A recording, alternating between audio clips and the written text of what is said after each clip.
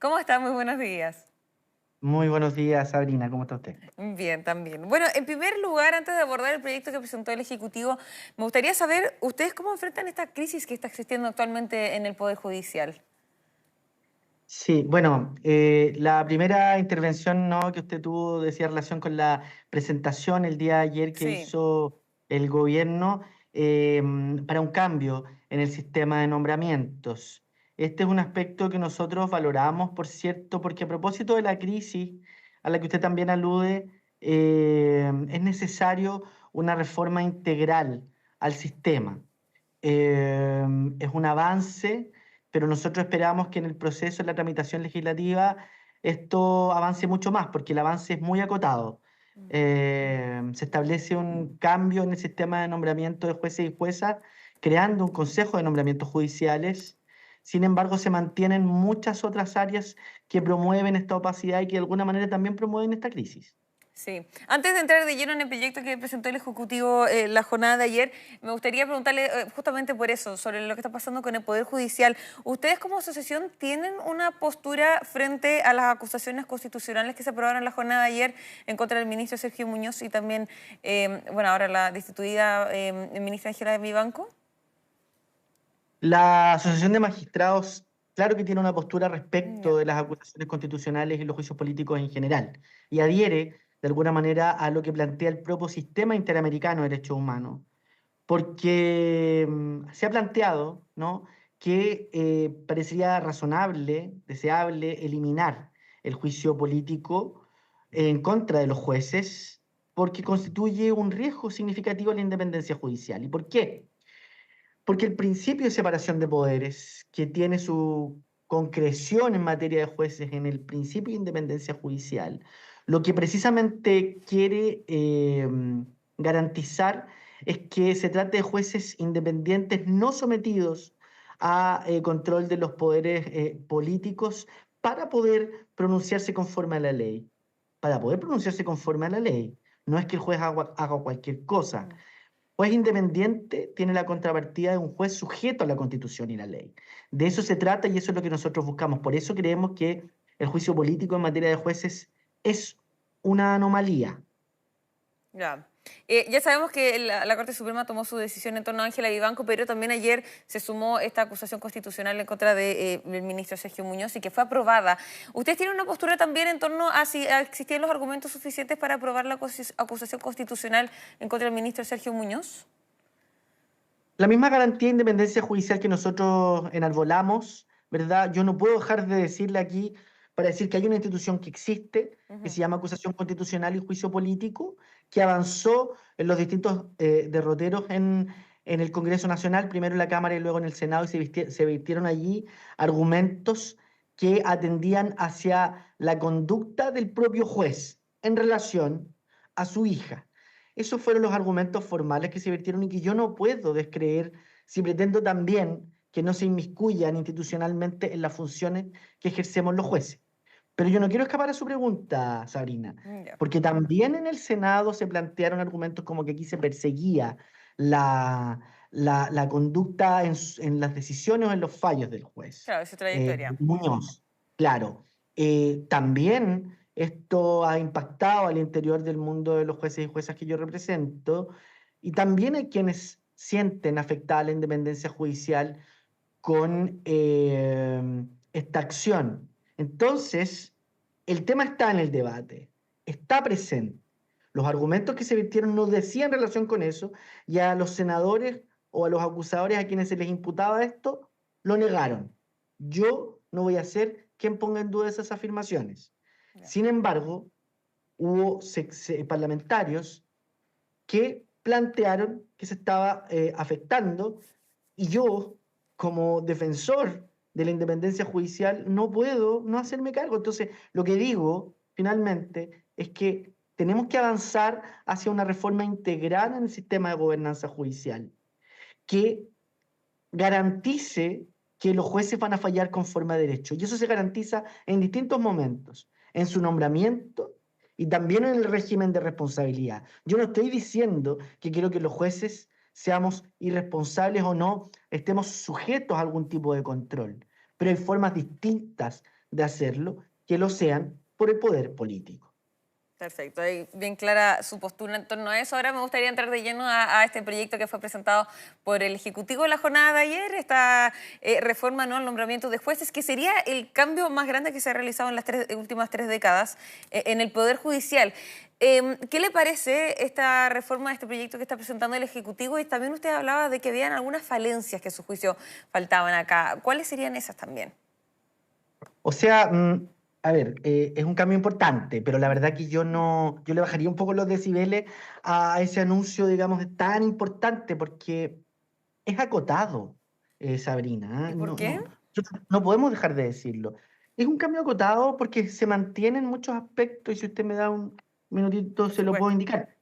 La, la, la, los avances que son muy significativos, ¿verdad? Que nosotros valoramos, es que se aborde el problema, se lleve a las instancias correspondientes, que es el debate parlamentario, a través de una moción, de un proyecto, de un mensaje presidencial, pero se crea un Consejo Nacional de Nombramientos Judiciales que extrae de las Cortes Supremas y de las Cortes de Apelaciones la confección de las nóminas para que se elijan a los jueces y juezas de la República. Es un aspecto que nosotros valoramos muy especialmente. Se Porque de esta avanza, forma se despolitiza un poco, puede ser, el nombramiento, que eso es lo que de no, cierta forma buscaba, ¿no? Porque algunos apuntan que ese sería el objetivo. no se despolitiza, Ya. y a eso voy, porque lo primero, y es lo que hay que valorar, porque no quiero dejar de hacerlo, porque sí es un avance en algunos aspectos, es que se garantiza la independencia interna de los jueces. ¿Qué significa esto? Que los jueces no van a fallar mirando a sus superiores jerárquicos, porque hoy día, para en el avance en su carrera judicial, hoy día la confección de las nóminas, si yo, por ejemplo, soy juez de San Fernando, y quiero ascender a Rancagua o a Concepción o a Valparaíso, tengo que mirar de alguna manera lo que resuelven, fallan o el comportamiento de quienes van a confeccionar esa terna, que son quienes revisan mis fallos. Entonces eso era muy anómalo y eso cambia y eso es muy bueno, muy positivo en el proyecto porque se crea este consejo que es quien elabora esas nóminas. Sin embargo, la presencia del factor político se mantiene porque hoy día es el presidente de la República quien designa al juez que está, digamos, en esa nómina y en el proyecto presentado es el presidente de la República. Mm, No hay cambio. ok. En el caso de los ministros y ministras de la Corte Suprema, la nómina ya no la elabora la propia Corte Suprema, sino que este Consejo de Nombramientos Judiciales, pero es el presidente de la República quien extrae, o sea, quien, digamos, elige un nombre y lo envía al Senado para que se pronuncie. No hay cambios, no hay cambios. ¿Y a su juicio cómo debería ser?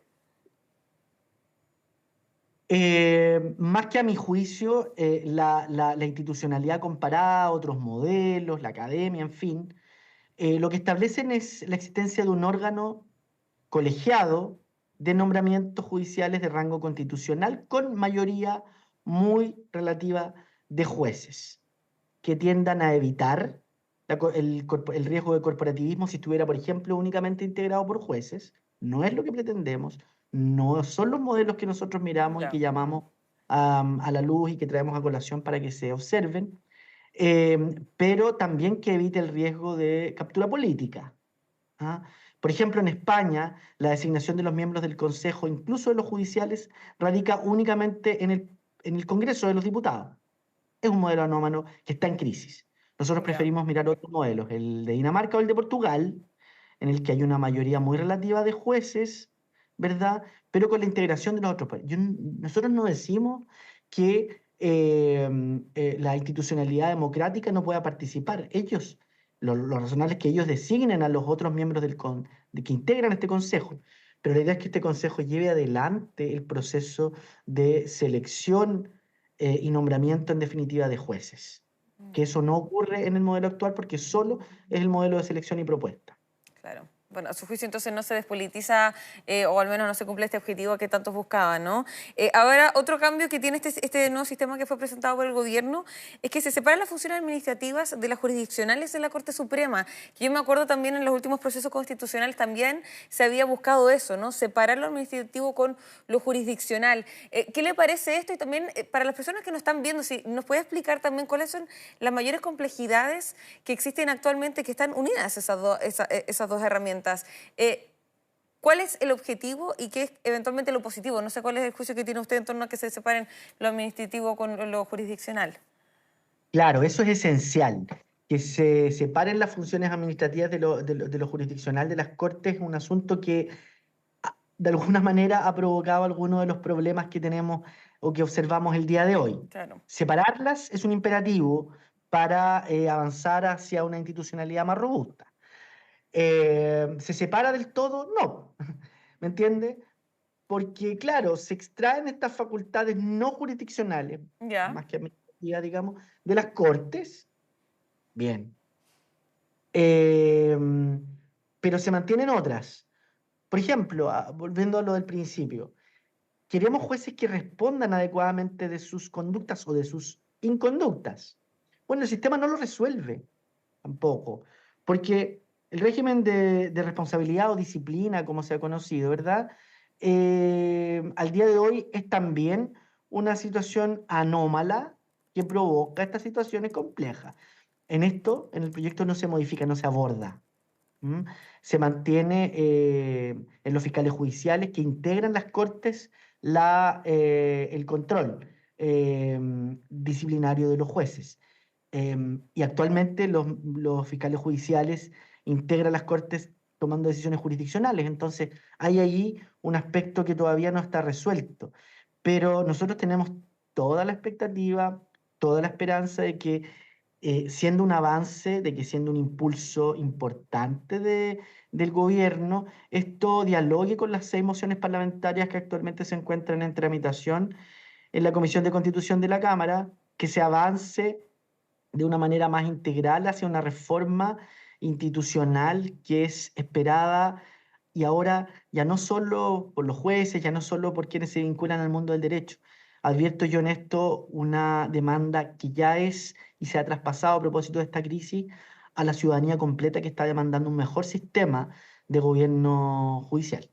Claro, o sea, bien se ha visto también en las distintas encuestas la poca confianza que también existe con el Poder Judicial actualmente, lamentablemente, pero claro, también se ve sacudido por todos los casos que hemos conocido recientemente.